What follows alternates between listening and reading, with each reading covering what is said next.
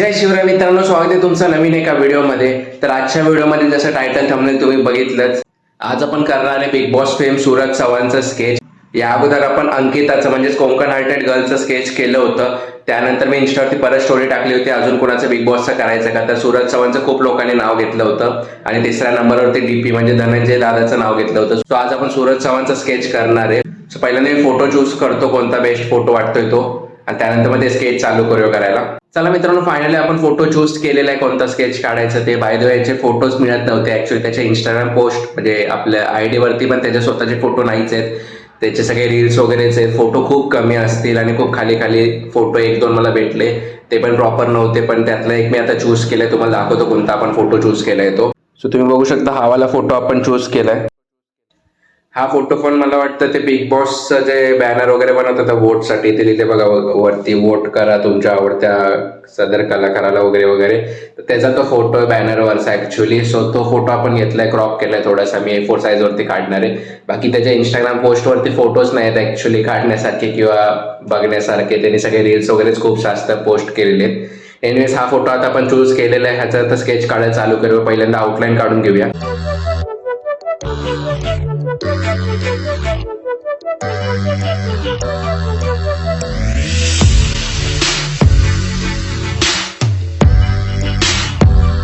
चला मित्रांनो, फायनली आपली आउटलाईन कंप्लीट झालेली आहे. अर्धा तास लागला आपल्याला आउटलाईन करायला. मोस्टली एवढाच टाइम लागतो A4 साईज वरती. तुम्हाला दाखवतो, तुम्ही बघू शकता आउटलाईन प्रॉपर आपली केलेली आहे. फोटो पण तुम्ही चेक करू शकता.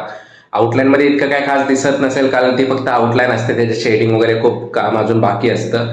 सो बाकीचं आता फेस शेडिंग वगैरे आपण चालू करणार आहे. बाय द वे, तुम्हाला काय वाटतं या सीझनमध्ये, बिग बॉसच्या सीझनमध्ये कोण विनर असणार आहे किंवा तुम्ही कोणत्या कंटेस्टंटला सपोर्ट करताय, कमेंट करून नक्की सांगा. चला आता पुढचा आपण प्रोसेस चालू करूया, शेडिंगचं काम चालू करूया. फेस शेडिंग आपण चालू करूया आता.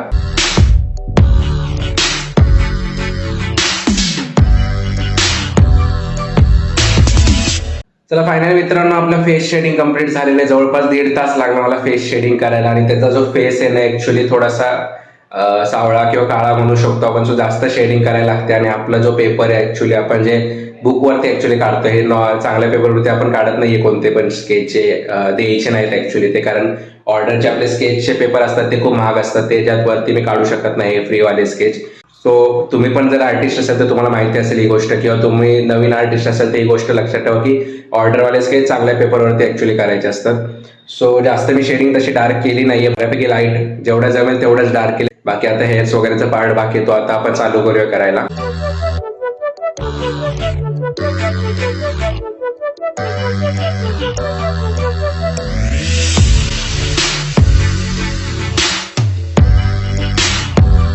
चला मित्रांनो, फायनली आपले स्केच कम्प्लीट झाले. हेअर्सचा खालचा पार्ट वगैरे सगळं कम्प्लीट केलंय. खालचा जास्त कसा पार्ट नव्हताच आपला, कपडे पण व्हाईट होते त्यामुळे जास्त काही शेडिंग करायची नव्हती. बाकी तुम्हाला आता दाखवतो स्केच कसं झालं. तुम्ही बघू शकता एकदम प्रॉपर असं आपण स्केच केलेले. फेस वगैरे पण बघू शकता चांगला असं म्हणजे मॅच होतो त्याच्यासारखा फेस. थोडासा अजून डार्क केला असतं तरी चाललं असतं, पण इतकं जास्त डार्क पण छान दिसलं नसतं, म्हणून मी जास्त डार्क केलं नाही त्याला. सो तुम्ही कमेंट करून सांगा तुम्हाला हे स्केच कसं वाटलं. आणि व्हिडिओ जास्तीत जास्त शेअर करा, म्हणजे त्यांच्यापर्यंत, सूरज चव्हाणपर्यंत पण ही व्हिडिओ पोहोचली पाहिजे किंवा त्यांच्या फॅन्सपर्यंत ही व्हिडिओ पोहोचायला पाहिजे. सो जास्तीत जास्त व्हिडिओ शेअर करा.